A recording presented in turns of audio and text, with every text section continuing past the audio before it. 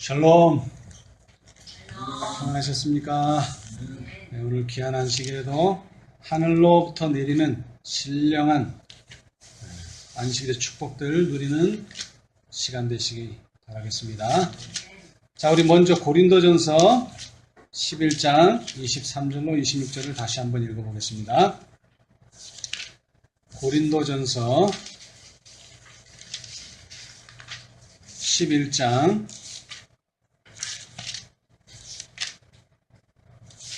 23절입니다.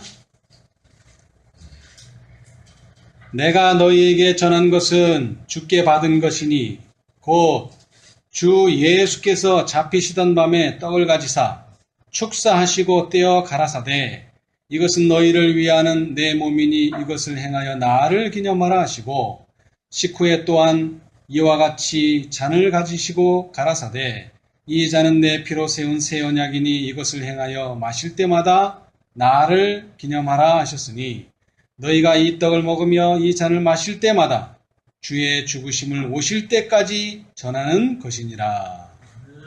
아멘. 여러분, 제가 고린도 전서라고 말씀을 드렸는데 이 책은 누가 기록했습니까? 그런데 제가 고린도 전서라는 말씀을 안 드린다면 내가 너희에게 전한 것은 주께 받은 것이니 여러분, 이 바울이 그 다락방에 있었습니까? 없었습니까? 없었죠?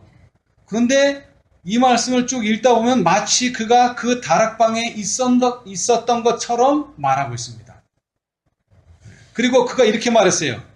내가 너희에게 전하는 것은 주께 뭐 한 것이다? 받은 것이니 그랬습니다. 받은 것이니. 전에 들은 것이 아닙니다. 전에 들은 것이 아니에요. 주께, 여기 직접이라는 말을 쓰면 더 좋겠죠? 주께 직접 받은 것이니. 안타깝게도 사도 바울은 복음의 사도, 대단한 사도였지만 제자들 12명이 참여하는 그 다락방에는 없었습니다. 그런데 뭐라고 말합니까? 마치 거기에 있었던 것처럼 주 예수께서 잡히시던 밤에 떡을 가지사 축사하시고 떼어 가라사대 이것은 너희를 위하는 내 몸이니 이것을 행하여 나를 기념하라. 마치 그 자리에 있었던 것과 같은 생생한 증언을 하고 있습니다. 오늘 우리도 2000년이 지났습니다. 예수님이 다락방에서 떡을 떼신 이후로. 자, 그러나 우리는 이 사도 바울과 같이 주께 받은 것이니 라고 간증할 수 있는 사람이 되시기를 바랍니다. 우리는 거기에 가 있지 않았습니다만은 증언의 말씀을 통해서 그때 당시의 상황과 이 다락방의 경험이 무엇을 의미하시는지 여기 사도 바울이 말한 것처럼 뭐라 그랬죠? 25절 식후에 또한 이와 같이 잔을 가지시고 가라사대 이 잔은 내 피로 세운 뭐라 그랬어요? 새 언약이니. 새 언약. 우리는 예수님을 믿기 시작할 때부터 침례받고 믿기 시작할 때부터 하나님과 언약 관계에 있습니다만은 사도 바울은 이 성만찬 예식은 우리에게 또 다른 관계. 어떤 관계죠? 새로운 언약 관계에 들어가야 된다. 아, 나는 1년 전에 침례받고 1년 전에 그리스도인이야. 당연히 지금도 그리스도인이야. 이 정도로 만족해서는 안 됩니다. 우리는 매일 새로운 언약 관계에 들어가야 됩니다. 그런데 그렇게 하려면 뭐를 해야 됩니까? 떡을 떼고 잔을 마셔야 됩니다. 떡을 떼고 잔을 마셔야 돼요. 그것 없이는 뭐가 안 돼요? 언약 관계에 들어갈 수가 없습니다. 자, 그래서 오늘 우리 예수님의 성만찬 예식을 통해서 교훈을 얻고자 하는데요. 자, 우리 시대의 소망 652페이지를 보시겠습니다.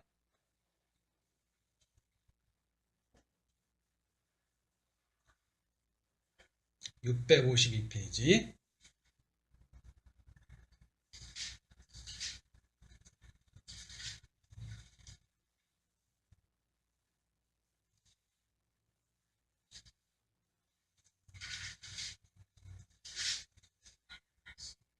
예, 구속의 역사 880페이지요. 자, 거기 두 번째 문단, 왼쪽에서 두 번째 문단. 유월절은 애굽의 속박에서 이스라엘이 구원받은 기념으로 세워진 것이었다. 자, 유월절의 유래가 어떻게 된다고요? 이스라엘이 구원받은 기념으로 세워진 절기입니다. 자, 그때 당시 어떤 일이 있었는가 봅시다. 해마다 자손들이 이 의식의 뜻을 물을 때마다 그 역사를 되풀이해서 말해주도록 하나님께서 지시하셨다. 이렇게 함으로 경이로운 구원은 모든 사람의 마음에 새롭게 간직될 것이었다. 자, 6월절이 얼마마다 돌아옵니까? 6월절이 얼마마다 돌아와요? 절기. 당연히 1년마다 돌아오죠. 1년마다. 그리고 1년마다 지킬 때마다 어떻게 된다는 거예요? 새롭게. 뭐가 새로워져야 돼요? 구원받은 기념이 새로워져야 돼요. 성만찬 예식은 그리스도의 죽음의 결과로 이루어진 큰 구원을 기념하기 위하여 주신 것이다. 근데 성만찬 예식도 뭐예요? 성만찬 예식도 그리스도의 죽음의 결과로 이루어진 구원. 그런데 어떤 구원이라 그랬어요? 큰 구원을 기념하기 위하여 주신 것이다. 자, 이스라엘이 구원받은 것은 작은 구원이에요. 왜 작은 구원입니까? 이스라엘 백성만 구원받았잖아요. 이스라엘 백성만. 그런데 이 구원은 어때요? 예수님이 십자가에 돌아가심으로 하신 이 구원은 온 인류뿐 아닙니다. 또 누구예요? 온 우주 거민들에게 사단의 정체를 드러내고 하나님의 하시는 일이 무엇인지를 분명하게 보여주는 큰 구원입니다. 엄청나게 큰 구원. 이 우주를 구원하는 큰 구원입니다. 그래서 이 구원이 계속 생각나야 되는데, 자, 6월절은 얼마마다 온다 그랬죠? 1년마다 와요. 그런데 성망찬은 예식할 때마다. 이것은 날짜에 정함이 없어요. 6개월마다도 할 수 있고, 3달마다도 할 수 있고, 뭐 한 달마다도 할 수 있고, 언제든지 그 예식을 할 때마다 우리는 뭘 기념하게 됩니까? 큰 구원을 기념하게 되고, 더 나아가서요. 그리스도께서 능력과 영광으로 재림하실 때까지 이 의식은 기념되어야 한다. 왜 예수님이 재림하실 때까지입니까? 예수님이 직접 말씀하셨죠? 이 포도즙을 나눠주시면서 뭐라 그랬어요? 너희와 함께 하늘에서 마시기 전까지는 다시는 마시지 않겠다고 하셨기 때문에 재림하실 때까지를 기념하는 것입니다. 이것을 통하여 우리를 위하여 행하신 그분의 위대한 사업은 우리의 마음속에 항상 어떻게 돼야 됩니까? 새롭게 간직된다. 새롭게 간직됩니다. 자, 그런데 그 유월절을 어떻게 먹었는가 봅시다. 자, 처음에 유월절을 먹을 당시 애굽에서 구출되던 때에 이스라엘 자손들은 허리에 띠를 띠고 손에 지팡이를 잡고 여행할 준비를 갖추고 선체로 유월절 만찬을 먹었다. 어떻게 먹었어요? 선체로. 어떻게? 급하게 먹었어요. 선체로 급하게. 자, 그런데 성만찬 예식은 어떻습니까? 편안하게 앉아서 먹었어요. 그들이 이 예식을 지킨 방법은 그들의 입장에 합당한 것이었는데 그 까닭은 그들이 애굽 땅에서 쫓겨나 광야를 통과하는 고통스럽고 어려운 여행을 시작하려고 하였기 때문이다. 그러나 성만찬 예식은 그리스도 당시에는 사정이 달랐다. 그들은 이제 타국으로 쫓겨나가려는 자들이 아니요, 저희 나라에 사는 자들이었다. 그들에게 주어진 안락한 생활에 맞추어 백성들은 기대어 앉은 자세로 유월절 만찬을 들었다. 아주 편안하게 이 만찬을 먹었다는 거예요. 그러나 편안하게 먹기는 했지만 이것은 무엇을 생각나게 하는 것이죠? 이 유월절 만찬은 그리스도께서는 아직도 유월절 만찬을 차려놓은 식탁에 계셨다. 유월절 절기에 쓰던 누룩 없는 떡이 그분 앞에 놓여 있었다. 발효되지 않은 유월절 포도즙이 식탁에 있었다. 그리스도께서는 이 상징물들을 흠 없는 희생물이신 자신을 나타내는데 사용하셨다. 죄와 죽음을 상징하는 발효로 부패되지 않은 것만이 흠 없고 점 없는 어린 양을 대표할 수 있었다. 자, 이제 여러분, 유월절은 이제 이 성만찬 예식으로 영원히 뭐 되는 겁니까?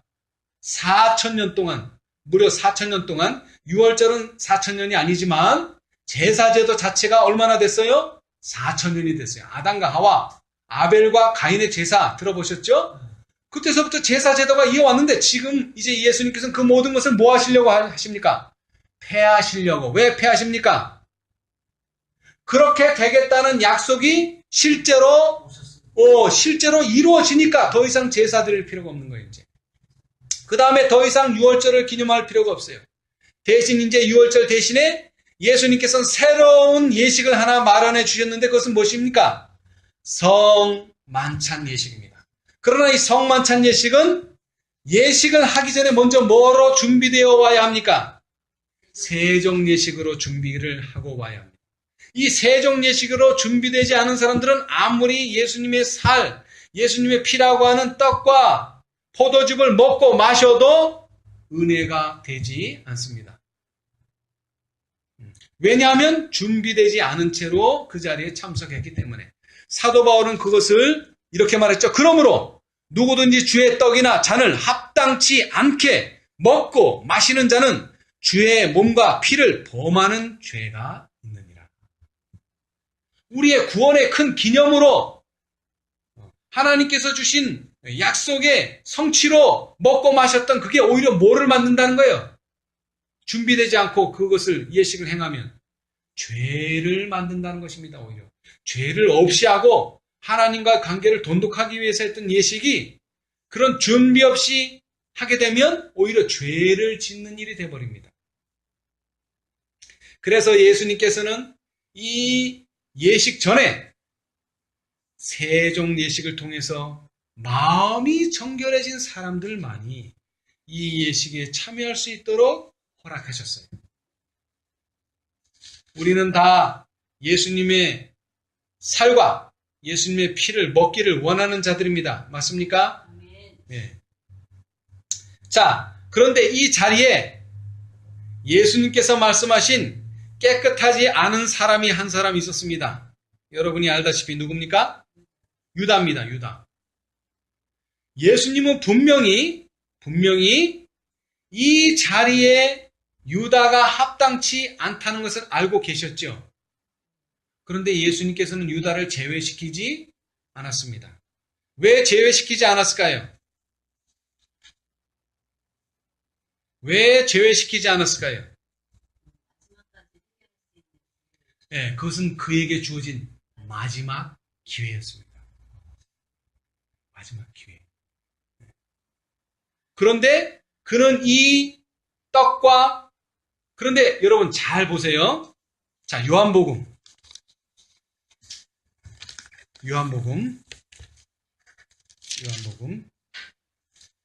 13장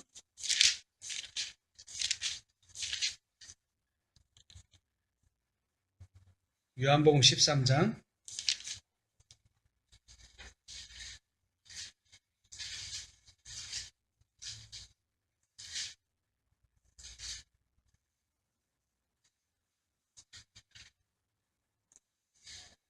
요한복음 13장 21절로부터 한번 보겠습니다. 예수께서 이 말씀을 하시고 심령이 민망하여 증거하여 가라사대 내가 진실로 너에게 이르노니 너희 중 하나가 나를 팔리라 하시니 제자들이 서로 보며 네게 대하여 말씀하시는지 의심하더라. 예수의 제자 중 하나 곧 그의 사랑하시는 자가 예수의 품에 의지하여 누웠는지라. 시몬 베드로가 머리짓을 하여 말하되 말씀하신 자가 누구인지 말하라 한데 그가 예수의 가슴에 그대로 의지하여 말하되 주여 누구오니까? 예수께서 대답하시되 내가 한 조각을 찍어다가 주는 자가 그니라 하시고 곧 한 조각을 찍으셔다가 가롯 시몬의 아들 유다를 주시니 조각을 받은 후 곧 사단이 그 속에 들어간지라. 이에 예수께서 유다에게 이르시되 내 하는 일을 속히 하라 하시니 이 말씀을 무슨 뜻으로 하셨는지 그 앉은 자 중에 아는 이가 없고 어떤 이들은 유다가 돈깨를 맡았으므로 명절에 우리의 쓸 물건을 사라 하시는지라 혹 가난한 자에게 무엇을 주라 하시는 줄로 생각하더라. 유다가 그 조각을 받고 곧 나가니 밤이러라. 자, 여러분, 이 사건은 중요한 사건이라 마태, 마가, 누가, 요한이 다 기록했어요. 그죠? 사복음서에 다 나옵니다. 그런데 유일하게 요한만 떡을 떼고 잔을 주는 장면을 묘사하고 있지 않아요. 여기 지금 읽어보면 나오지만 지금 이게 세종예식 끝나고 말씀이시거든요. 그런데 떡을 떼고 잔을 줬다는 말씀이 없어요. 그런데 자, 마태복음 봅시다. 차례대로. 자, 마태복음 26장. 다른 복음서에는 나와요.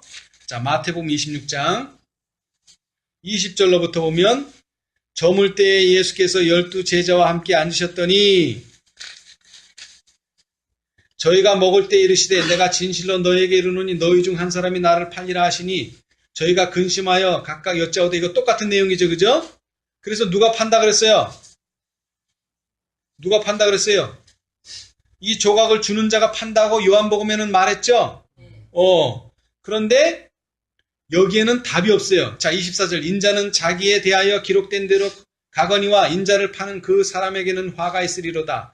그 사람은 차라리 나지 아니하였다면 제게 좋을 뻔하였느니라. 예수를 파는 유다가 대답하여 가로되 라삐어 내니까 대답하시되 내가 말하였도다 하시니라. 저희가 먹을 때에 예수께서 떡을 가지사 축복하시고 떼어 제자들을 주시며 가라사대 받아 먹으라. 이것이 내 몸이니라 하시고.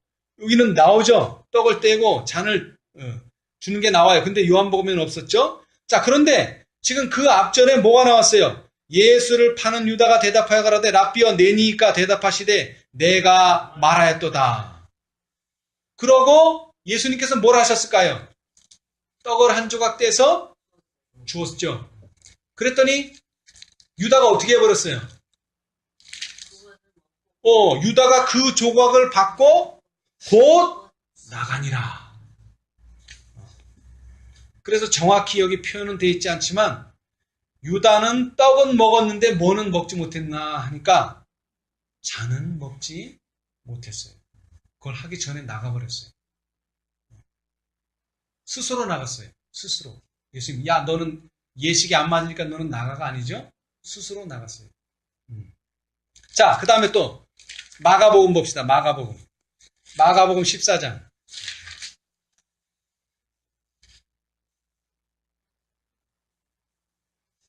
자, 여기도 마찬가지예요. 먼저 배반하는 일이 있어요. 인자는 자기에게 대하여 기록된 대로 가거니와 인자를 파는 21절, 14장 21절. 파는 그 사람에게는 화가 있으리로다. 그 사람은 차라리 나지 아니하였다면 제게 좋을 뻔하였느니라 하시니라. 그 다음에 22절에 저희가 먹을 때에 예수께서 떡을 가지사 축복하시고 떼어 제자들에게 주시며 가라사대 받으라. 이것이 내 몸이니라. 자, 그 다음에 누가복음 22장.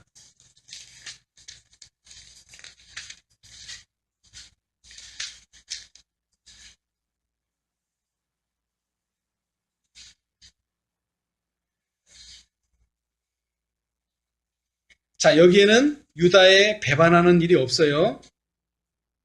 자, 18절로 내가 너에게 이르노니 내가 이제부터 하나님의 나라에 임할 때까지 포도나무에서 난 것을 다시 마시지 아니하리라 하시고 또 떡을 가져 사례하시고 떼어 저희에게 주시며 가라사대 이것은 너희를 위하여 주는 내 몸이라.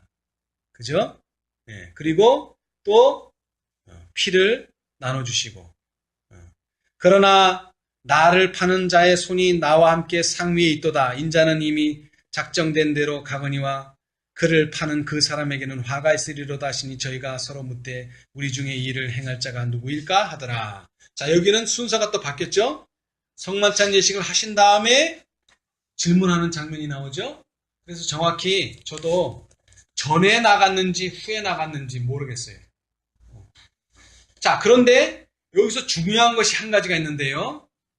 왜 유다는 이 성만찬 예식에서 예수님에게 한 가지 교훈을 받아야 됐는데 그 교훈은 무엇입니까? 유다가 이 성만찬 예식에서 배워야 될 교훈이 무엇이었는가 하는 것입니다. 유다가. 자, 여러분, 세상에는요, 전혀 준비되지 않은 사람들이 있습니다. 전혀 준비되지 않은 사람. 그런데 성만찬 예식이나 침례를 보고서 야, 나도 저런 예식에 좀 참여하고 싶다. 그런 사람들이 있어요. 정말로 있습니다.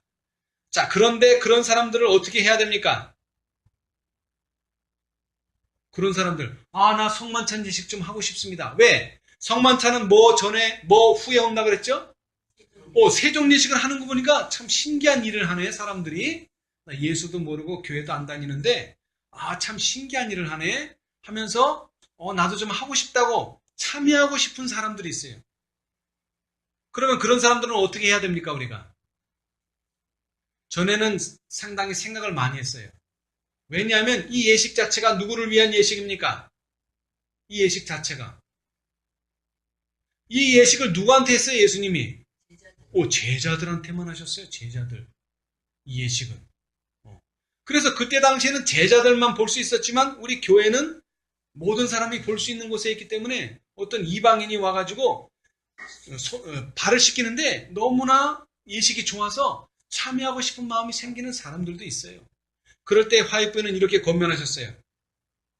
그런 사람들을 어떻게 하라, 여기. 예. 자,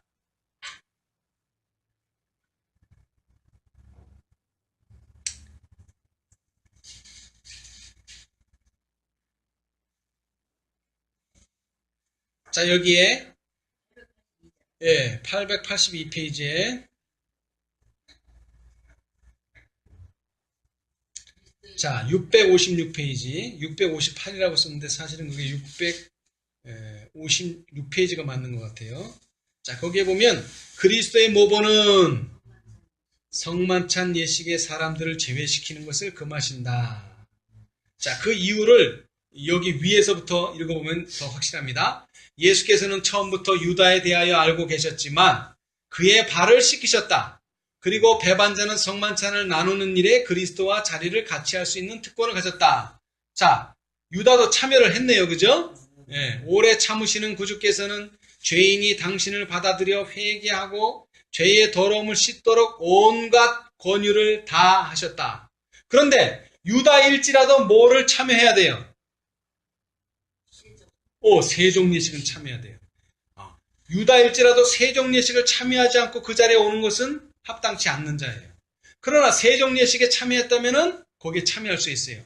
이 모본은 우리를 위하여 주신 것이다. 우리는 어떤 사람이 과오와 죄를 범하고 있다고 생각할 때에 그와 절연해서는 안 된다. 부주의한 분리로 말미암아 우리는 그를 유혹의 희생이 되게 하며 혹은 그를 사단의 전쟁마당으로 몰아넣는다. 이것은 그리스도의 방법이 아니다. 제자들에게 잘못과 결점이 있었기 때문에 그분은 그들의 발을 씻기셨으며 12 중 하나를 제외하고는 모두 회개하였다. 자, 그러니까 이 자리에 참여하는 것은 제자냐 아니냐가 중요한 게 아니라 회개를 했느냐, 회개를 하지 않았느냐가 중요해요. 그래서 회개를 했다면 그리스도의 모범은 성만찬 예식의 사람들을 제외시키는 것을 금하신다. 공개된 죄로 인해 죄 지은 자가 제외되는 것은 사실이다. 그러나 여기에도 제외되는 사람이 있어요. 어떤 사람? 공개된 죄를 지은 사람. 공공연한 죄를 지은 사람은 제외돼요. 그러나 그렇지 않은 사람들은 성령께서는 이것을 분명히 가르치신다. 그러나 이 이상은 아무도 판단해서는 안 된다. 그런데 공개된 죄가 없는데 저 사람은 좀 경건하지 못해. 저 사람은 신실하지 못해. 저 사람은 그러니까 저 예식에 오면 안 돼. 이렇게는 할 수 없다는 거예요. 공공연한 죄가 아닌 이상.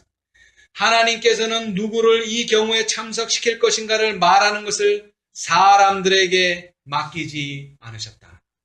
누가 마음으로 읽을 수 있겠는가? 누가 알곡에서 가라지를 골라낼 수 있겠는가? 사람이 자기를 살피고 그 후에야 이 떡을 먹고 이 잔을 마실지니 그 까닭은 누구든지 주의 떡이나 잔을 합당치 않게 먹고 마시는 자는 주의 몸과 피를 범하는 죄가 있느니라. 주의 몸을 분별치 못하고 먹고 마시는 자는 자기의 죄를 먹고 마시는 것이기 때문이다. 그 다음에 중요한 것은 예수님께서 이 중에 나를 팔자, 나와 함께 먹는 자 중에 내 떡을 먹는 자 중에 내 발꿈치를 든다 라는 말을 하셨을 때 제자들의 반응이 어땠습니까? 자, 지금 사람은 12명밖에 없어요. 그러면 범인이 어디 있다는 거예요? 이 12명 중에. 그런데 그 전까지는 어떻게 했죠? 누가 내 발을 씻겨주나? 그 다음에 누가 높은가? 이렇게 서로 시기 질투했어요. 그런데 세정예식이 끝난 다음에 마음이 바뀌었기 때문에 어떻게 됐어요? 예수님께서 내 떡을 먹는 자 중에 내게 발꿈치를 들었다 하는 성경을 이룬다라고 말씀하셨을 때 누가 예수님의 발꿈치를 들 것인가 라고 생각하지 않고 어떻게 생각했어요? 내가 그렇습니까? 자기를 보는 거예요. 자기. 자, 이게 대단히 중요합니다. 자, 예수님께서 발을 씻기기 전까지는 어떻게 했을까요? 만약 그렇게 말을 하셨다면 도대체 누구야? 누가 예수님을 판다는 거야? 그리고 남을 봤을 거예요. 남을. 그런데 세정 예식이 끝난 다음에는 어떻게 했다고요? 난가? 자기를 생각한 거예요. 자, 봅시다.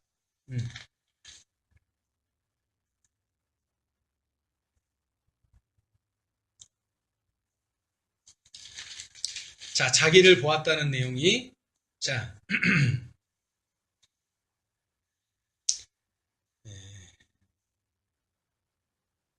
자, 우리 시대수망 654페이지 구속의 역사 881페이지. 자, 그 중간에 제자들이 예수님의 말씀의 취지를 깨닫고 한번 읽어보세요. 우리 전영재님. 제자들이 예수님의 말씀의 취지를 깨닫고 그분의 말씀이 진실하다는 것을 깨달았을 때 공포와 낙당이 그들을 엄습하였다. 그들은 주님을 대적하는 마음을 하나라도 품고 있는 것은 아닌지 저희 마음을 살피기 시작하였다. 극히 괴로운 이 심정으로 하나 차례로 주여 내니까 하고 물었다. 그러나 유다는 말없이 앉아 있었다. 네, 자 여러분 보세요. 우리 인간은 다 죄인입니다. 11명이 유다보다 나을 것도 없고 유다가 11명보다 못할 것도 없습니다. 그러나 11명과 분명히 유다는 차이가 있습니다. 여러분, 베드로는 분명히 말하지만 예수님을 부인했죠? 그런데 베드로가 부인하지 않은 것이 있었는데 그것은 자기의 죄는 부인하지 않았습니다.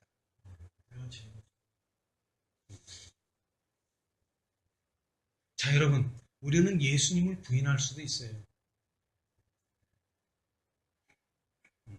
어떤 상황일 때 준비되지 않았는데 예수님이 계속 강조했죠. 겟세마네 가면서 곧 시험이 오는데 네가 기도하고 깨어있어야 된다. 기도하고 깨어있어야 된다. 근데 깨어있지 않고 기도하지 않아서 그런 일이 닥쳤을 때 다 시험에 넘어졌어요. 그러나 그들은 뭐는 잊어버리지 않았어요. 내가 잘못했다는 것은 잊어버리지 않고 자기의 잘못이 드러났을 때에 그것은 죄가 잘못한 것입니다. 라고 죄는 시인했어요. 근데 어느 날 많은 사람들은 반대예요. 예수는 인정하는데 죄는 부인해요. 오늘 많은 사람들이 그래요. 죄를 인정하지 않아요. 그런데 가장 형편없는 사람이 뭐냐면 유다인데, 자 보세요. 예수님께서 내 발꿈치를 들었다. 이 중에서 그러니까 모두가 다 나와서 접니까? 하는데 유다만 뭐예요? 안 물어봐요. 접니까라고 안 물어봐요. 사실은 자기가 이미 여기 마가의 다락방 오기 전에 뭐 하고 있었어요? 누구하고 만났어요? 제사장하고 이미 만나서 언제 넘겨주기로 약속했어요? 그날 밤에 넘겨주기로 약속이 돼 있었어요. 그 약속을 유다가 했단 말이에요. 그러면서도 자기가 팔자면서도 다른 사람들은 실제로는 팔자들이 아니지만 접니까? 겸손한 마음으로 물어보는데 유다는 시치미를 딱 떼고 물어보지를 않아요. 자, 이제 그 다음 한번 또 읽어봅시다.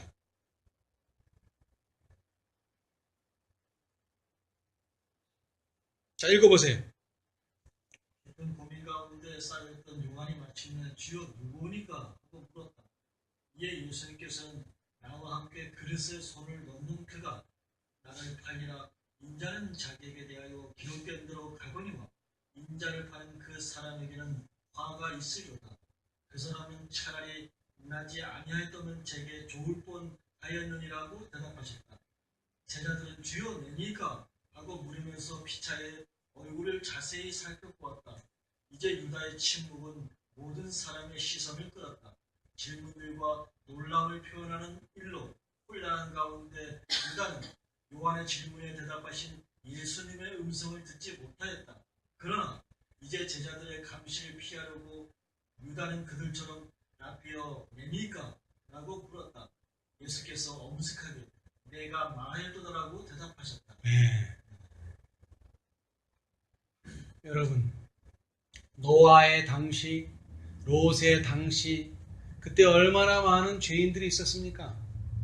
그러나 그 사람 중에 어떤 한 사람도 내가 정말 죄를 짓고 있구나 깨닫는 사람이 없었어요. 구원받은 사람들 외에는. 다시 말하자면 노아나 그 노아 당시에 멸망당한 사람이나 무게를 달아보면 다를 것이 없다는 거예요. 노아도 죄인이고 그 멸망당한 사람도 죄인이에요. 근데 뭐가 다르냐? 노아는 자신의 죄를 인정했고 그 멸망당하는 사람은 끝까지 자신의 죄를 인정하지 않았다는 거예요. 여기 유다도 보세요. 마지못해서 물어보는 거예요. 왜? 11명이 다 물어봤으니까 이제 누구 차례예요? 이제 자기 차례예요. 이제 자기밖에 없어. 그러니까는 어쩔 수 없이 물어보는 거예요. 접니까? 투명하게 접니까? 간절한 마음도 아니에요. 그럴 때 예수님께서는 분명히 말씀하셨죠? 내가 말하였도다. 근데 예수님은 지금 이 시간에 아는 게 아니에요. 1년 전에 알고 계셨어요. 1년 전에. 이게 지금 세 번째 6월절인데 네 번째 6월절인데 네 번째 6월절 되기 전에 지난 6월절 때도 아셨어요. 자, 봅시다. 자, 오른쪽으로 와서 655페이지, 시대의 수명 655페이지.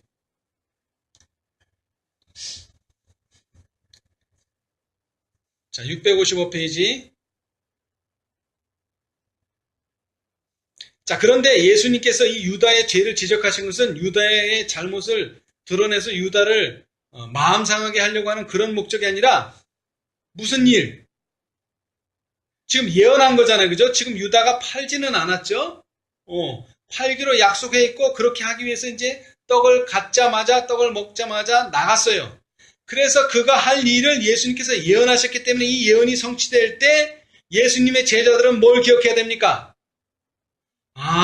예수님께서 예언하신 일이 지금 성취되고 있구나. 그걸 보여주시기 위해서 예수님 미리 말씀하셨어요.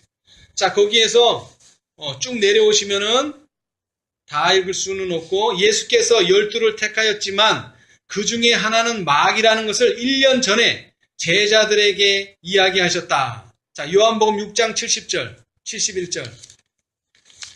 요한복음 6장. 자, 지금 우리가 13장을 보고 있는데요. 6장 앞으로 가시면은 요한복음 6장 70절에 예수께서 대답하시되 내가 너희 12를 택하지 아니하였느냐? 그러나 너희 중에 한 사람은 마귀니라 하시니 이 말씀은 가룟 시몬의 아들 유다를 가리키심이라. 저는 12 중에 하나로 예수를 팔자르라. 이거 언제 알았어요? 팔고 나서야 알게 된 거죠. 70절은 예언하셨지만 71절 요한이 언제 알게 됐어요? 예수님이 십자가에 달리신 다음에는 알게 된 거예요. 그런데 왜 알리셨어요? 이런 일이 일어나는 것을 보거든 예수님의 말씀이 하나도 뭐하지 않았다. 틀리지 않았다. 그러므로 예수님께서 얼마 만에 부활하신다? 사흘 만에 부활하신다. 라는 것을 기억하라는 것입니다.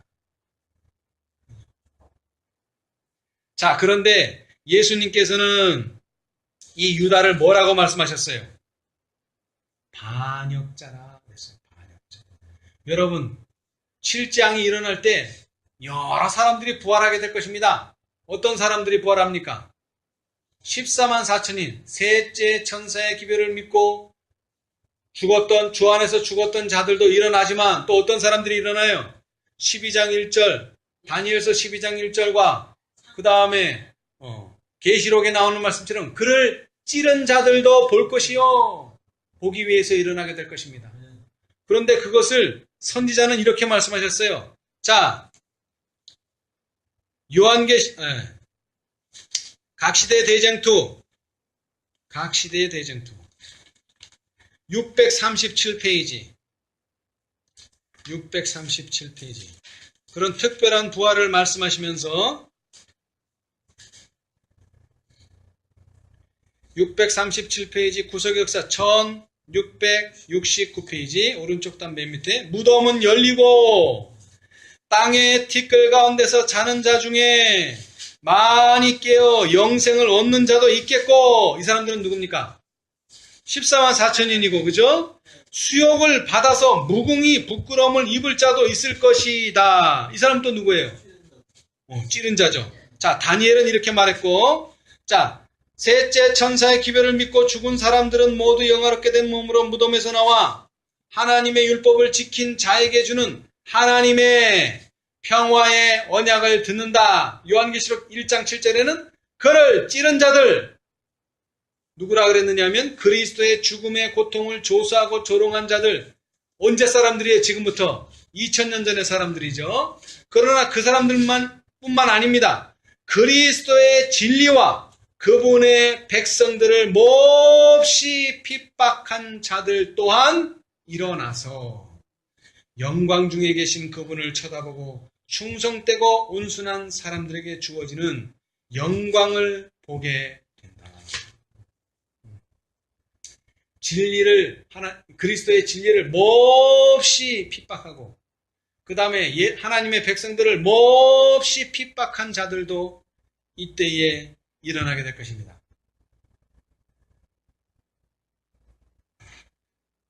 그래서 예수님께서 그들이 보는 그대로 그렇게 조소당하고 조롱당할 그런 분이 아니셨다고 하는 것을 분명히 보여주십니다. 분명히. 자, 그 다음에 이 성만찬 예식은 우리에게 중요한 교훈을 한 가지 주는데요. 여러분, 매일 성만찬 예식을 하면 얼마나 좋겠습니까? 그런데 그렇게 할 수는 없습니다. 그러나 우리는 성만찬 예식을 통해서 무엇을 항상 기억해야 합니까? 성만찬 예식을 할 때만 예수님의 살과 예수님의 피를 마시는 것이 아니라 날마다 언제?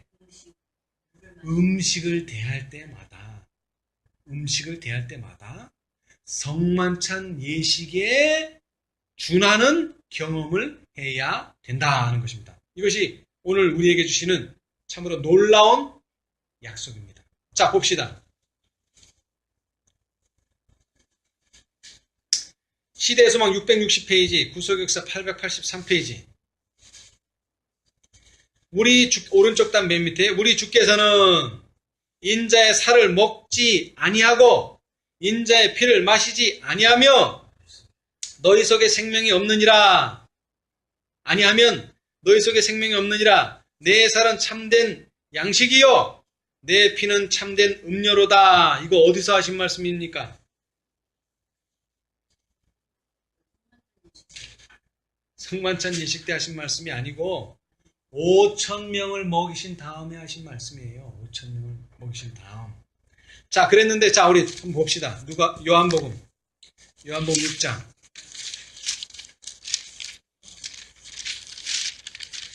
자, 아까 가룟 유다에 대해서도 어디서 나왔죠?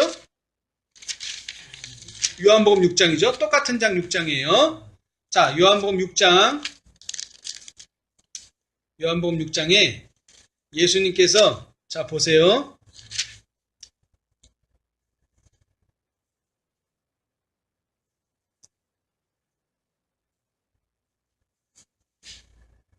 자 여기 보면은 어떤 이적이 나와요? 오병이어라 그랬죠? 오병이어. 그래서 그걸 가지고 몇 명을 먹이셨어요? 10절에 수요가 5천쯤 되더라. 5천 명을 먹이셨어요. 자, 그런데 이 사람들은 뭐를 먹은 거예요? 떡과 물고기를 먹었죠. 축복받은 떡과 물고기를. 그런데 그것은 그저 그들이 평상시에 먹던 그런 식사가 아니에요. 그죠? 그래서 하신 말씀이 뭐예요? 그래서 하신 말씀이 53절 그죠? 살리는 것은 영이니 육은 무익하니라. 내가 너희에게 이른 말이 영이요 생명이라 라시면서 내가 너희를 먹였지만 그것은 육신의 떡이 아니고 뭐라는 거죠? 영적인 양식이라는 것입니다. 그런데 먹기는 뭘 먹었어요? 실제로 먹기는 육적인 양식을 먹었어요. 그러나 누가 축복하셨기 때문에 예수님이 축복하셨기 때문에 그것을 그냥 육적인 양식으로 생각하지 말고 성만찬 예식에 먹었던 그러한 살과 그러한 음료로 생각하고 먹어야 했다는 것이에요. 그런데 많은 사람들이 어떻게 했어요? 많은 사람들이 이 말씀은 너무나 어렵도다. 그 말씀도 6장에 나와요. 그 말은 뭐예요? 그 말씀 자체의 의미가 어렵다는 게 아니라 그 말씀을 받아들이기가 어렵다는 뜻입니다. 다른 뜻이 아니라. 다시 말하자면 예수님이 우리에게 매일 세 끼 식사를 통해서 주시는 그 모든 음식이 나에게 있어서 나에게 있어서 참된 영적 양식이 된다는 것을 받아들이기가 힘들다는 것이에요. 자, 그래서 봅시다. 이제 우리는 매 식사 때마다 우리에게 주어지는 양식을 먹을 때마다 이것은 우리의 육체적 생활에 대해서도 마찬가지다. 우리는 이 생의 삶에서까지 그리스도의 죽으심의 은혜를 잊고 있다. 우리가 먹는 떡도 그분의 찢어진 육체로 산 것이다. 우리가 마시는 물도 그분이 흘리신 보혈로 산 것이다. 날마다 자기의 음식을 먹는 자는 그가 성자이건 죄인이건 간에 그리스도의 몸과 피로 양육을 받지 않는 자는 하나도 없다. 여러분 식사 시간에 기도하십니까? 네, 중요합니다. 왜 중요해요? 지금 내가 먹으려고 하는 이 아침, 점심, 저녁 이 식사가 곧 뭐라는 거예요? 예수님의 살과 예수님의 피의 공로로 주어졌다고 하는 사실입니다, 여러분. 그렇게 먹고 마시는 사람이 병이 들 수 있습니까? 병이 들 수가 없죠. 매일 영적인 양식을 먹어서 새롭게 되는데 어떻게 병이 걸립니까? 병이 걸릴 수가 없죠. 모든 떡덩이마다 갈바리의 십자가 인이 찍혀 있다. 모든 샘물에도 십자가가 반사되어 있다. 그리스도께서는 이 모든 것이 당신의 큰 희생을 상징하는 것이라고 가르치셨다. 다락방에서 거행된 성만찬에서 비치는 빛이 매일의 생활 양식을 거룩하게 한다. 가족 식탁은 주님의 식탁처럼 되며 끼니마다 식사는 뭐가 된다? 성만찬과 같이 된다. 근데 사실 세상에서는 만찬이라 그러면 무슨 뜻입니까? 만찬. 상다리가 부러지게 차려지는 게 만찬이라 그래요. 그죠?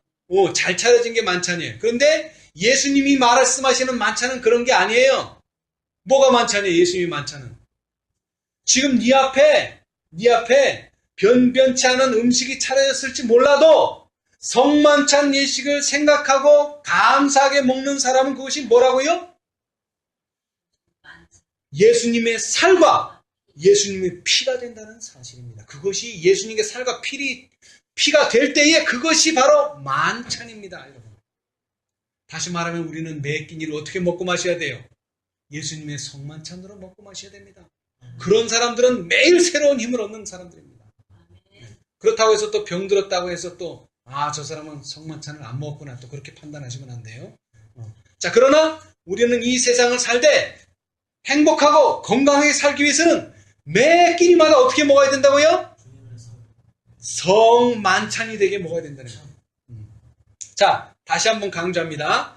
이 성경 말씀은 그 밑에요. 특별한 의미에서 성만찬에 적용된다. 믿음으로 우리 주님의 큰 희생을 깊이 생각할 때에 그 영혼은 그리스도의 영적 생애에 뭐 된다? 동화된다. 여러분 이게 왜 중요한지 아세요? 여러분 계시록 3장에 아까 라오디게아 기별했는데 라오디게아 기별 끝편이 뭡니까? 누구든지 문을 열면 그는 나로 더불어 먹고 그는 나로 더불어 먹으리라. 먹는다는 말에 초점을 주셨어요. 예수님께서. 그 먹는다는 말의 의미가 뭡니까? 동화된다는 거예요. 동화된다. 네가 내가 되고 내가 네가 된다는 거예요. 그래야지만 뭐를 바랄 수 있어요? 영광을 바랄 수 있죠. 하나님의 영광을. 영광은 동화된 사람들에게서만 나오지 동화되지 않은 사람은 절대로 나오지 않습니다. 여기 보겠습니다. 자, 맨 밑에 줄. 구주의 다함이 없는 사랑을 바라보는 자는 사상이 향상되고 마음이 순결하게 되고 품성이 변화될 것이다. 여러분 6개월마다 한 번씩 하는 1년마다 한 번씩 하는 성만찬 가지고는 안 됩니다. 그렇게 우리는 매일 먹고 마시는 우리의 양식이 뭐가 돼야 돼요? 성만찬이 돼야 됩니다. 그러다 보면 어떻게 돼요? 구주의 다함이 없는 사랑을 바라보는 자는 사상이 향상되고 마음이 순결하게 되고 품성이 변화될 것이다. 그래서 어떻게 하겠다는 건데요?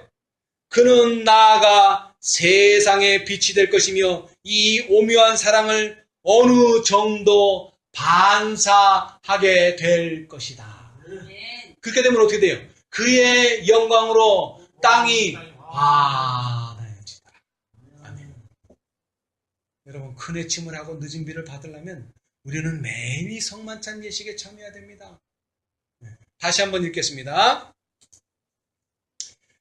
그리스도의 말씀은 우리의 영적 생활에서도 얼마나 더 그러할까?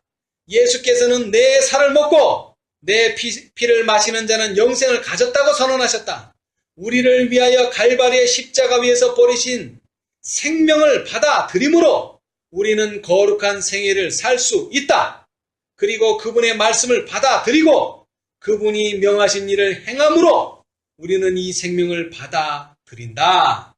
이렇게 하여 우리는 그리스도와 뭐가 된다? 하나가 된다. 아멘. 여러분, 우리의 매일의 양식이 여러분에게 있어서 성만찬 양식이 되시기를 바랍니다. 자, 그리고 이제 한 가지만 읽고 마치겠습니다. 우리가 우리의 매일의 생활의 양식, 육적인 양식을 대할 때마다 기억해야 할 것. 우리 주님은 죄를 뉘우치는 마음으로, 자, 시대소망 659페이지, 구속역사 883페이지, 우리의 중간에, 우리의 주님은 죄를 뉘우치는 마음으로 당신께서 그대들을 위하여 죽으신 것을 기억하라고 하신다. 자, 예수님 왜 죽으셨어요? 죄를 뉘우치라고, 우리 죄를 뉘우치라고. 그래서 죽으신 거예요. 나와 그리고 복음을 위하여 억압과 핍박과 고통을 당할 때에 그대를 위하여 생명을 준 그토록 큰 나의 사랑을 기억하라. 여러분이 고통당하고 힘들 때, 나는 왜 이렇게 힘들어? 예수 믿으니까 더 힘들어. 안 믿을 때보다 더 힘들어. 이렇게 생각하지 말고 나는 너를 위해서 십자가에 달려 죽었다. 내 고통을 기억해라. 너만 고통당하는 것이 아니다. 그대의 의무가 어렵고 가혹하게 보이며 그대의 짐이 지기에 너무도 무겁게 보일 때에 그대를 위하여 내가 멸시와 수치를 개의치 않고 십자가를 참은 것을 기억하라. 아이고, 내가 이 안식일만 몰랐어도 좋은 자리에 취직해가지고 내가 열심히 돈 잘 벌고 잘 살았을 텐데, 그런 생각하지 마세요. 그대의 의무가 어렵고 가혹하게 보이며 그대의 짐이 지기에 너무도 무겁게 보일 때에 그대를 위하여 내가 멸시와 수치를 개의치 않고 십자가를 참은 것을 기억하라. 엄격한 시련으로 그대의 마음이 위축될 때에 그대의 구주가 살아계셔서 그대를 위하여 간구하신다는 사실을 기억하라. 그래서 기억을 자꾸 하다 보면 어떻게 될까요? 이런 기억을 자꾸 하다 보면은 이것이 나에게 닻이 되고 이것이 나에게 머리에 새겨지게 되는 거예요. 기억을 자꾸 하다 보면은. 그렇죠? 자, 행동이 반복되면 뭐가 됩니까? 습관이 되고 습관이 반복되면 그때는 품성이 되는 것입니다, 여러분. 자, 이것들은 우리가 결코 잊어서는 안 되는 것들이다. 강권하는 힘이 있는 예수님의 사랑을 우리의 기억에 새롭게 간직해야 한다. 660페이지. 그리스도께서는 우리를 위하여 표현된 하나님의 사랑을 깨닫도록 하고자 이 예식을 제정하셨다. 그리스도를 통하지 않고는 하나님과 우리의 영혼의 연합이 있을 수 없다. 형제와 형제 사이의 연합과 사랑은 그리스도의 사랑으로 말미암아 굳고 영원해야 한다. 그리스도의 죽으심만큼 그분의 사랑을 우리에게 효염있게 만드는 것은 없다. 우리가 즐거움으로 그분의 재림을 바라볼 수 있는 것은 오로지 그분의 죽으심 때문이다. 예수님의 희생은 우리의 소망의 중심이다. 그 위에 우리는 우리의 믿음을 고착시켜야 한다. 여러분, 믿음을 고착시키면 뭐가 됩니까? 인이 되는 거예요, 인. 자, 에스겔 9장 2절로 4절 주석. 에스겔 9장 2절로 4절 주석.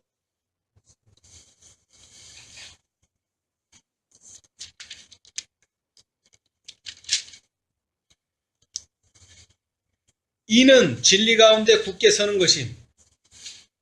돼 있죠? 이는 진리 가운데 굳게 서는 것임. 예.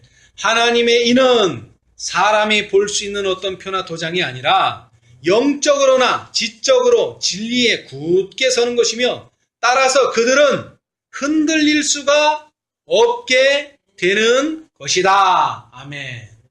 그 다음에 초기 문제 256페이지에 뭐가 다치됩니까? 뭐가? 셋째 천사의 기별이 다치되죠? 근데 이론이 다치되는 게 아니에요. 이렇게 매일 어렵고 힘들고 어려울 때마다 기억하고 순종하고 하면은 그게 뭐가 되는 거예요? 나중에 다치되는 거죠. 자, 256페이지.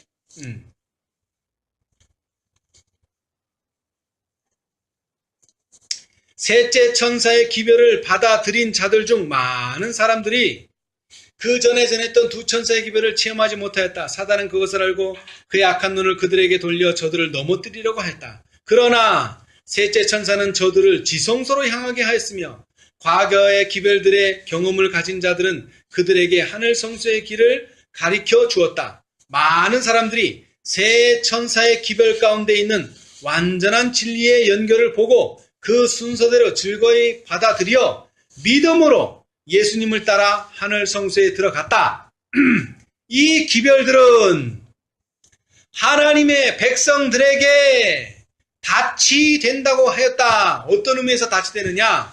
이 기별들을 이해하고 받아들인 자들은 사단의 수많은 미혹에 빠지는 일이 없을 것이다. 왜 없습니까? 왜 없어요? 아무리 하나님이 너를 그렇게 만든 거야. 하나님이 이렇게 됐어 저렇게 됐어. 유혹과 미혹과 아무리 거짓말을 해도 안 넘어간다는 거죠. 왜 안 넘어가? 기억하니까. 뭘 기억해? 다시 읽겠어요. 우리 주님은 죄를 뉘우치는 마음으로 당신께서 그대들을 위하여 죽으신 것을 기억하라. 그 다음에는 나와 그리고 복음을 위하여 억압과 핍박과 고통을 당할 때에 그대를 위하여 생명을 준 그토록 큰 나의 사랑을 기억하라. 그대의 의무가 어렵고 가혹하게 보이며 그대의 짐이 지기에 너무도 무겁게 보일 때에 그대를 위하여 내가 멸시와 수치를 개의치 않고 십자가를 참은 것을 기억하라. 엄격한 시련으로 그대의 마음이 위축될 때에 그대의 구주가 살아계셔서 그대를 위하여 간구하신다는 사실을 기억하라. 그러다 보면 뭐가 된다고요? 내 머릿속에 새겨진다는 것입니다. 내 머릿속에 닻이 된다는 것이에요. 그래서 사단이 어떠한 유혹과 미혹을 가할지라도 예수님은 그런 분이 아니야. 사단아 물러가라. 하나님의 사랑에 대한 확고한 닷, 확고한 고착, 확고한 안착이 있을 때에 그런 사람들을 하나님께서 뭐 하신다고요? 인치신다. 우리 모두 매일의 생애에서 특별히 우리가 대하는 음식마다 예수님의 성만찬이라고 하는 사실을 기억하시고 먹고 마실 때마다 하나님의 살과 하나님의 피를 먹고 마시는 저와 여러분이 되시기를 간절히 바라면서 말씀 마치겠습니다. 감사합니다. 아멘.